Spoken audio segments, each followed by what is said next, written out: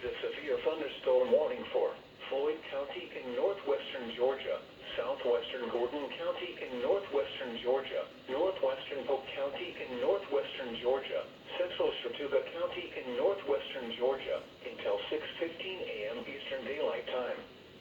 At 5:33 a.m. Eastern Daylight Time, severe thunderstorms were located along a line extending from Watson to eastern Whites Lake to near Coloma, moving northeast at 55 miles per hour. Hazard, 60 miles per hour wind gusts. Source, radar indicated. Impact, expects damage to roofs, siding, and trees. Locations impacted include Rome, Somerville, Cave Spring, Plainville, Cheyenne, Lyerly, Gibson, Lindale, Sedlicna, Tidings, Garmucky, Coosa, Barron, Chattooga, Everett Springs, James H. Floyd State Park in Holland.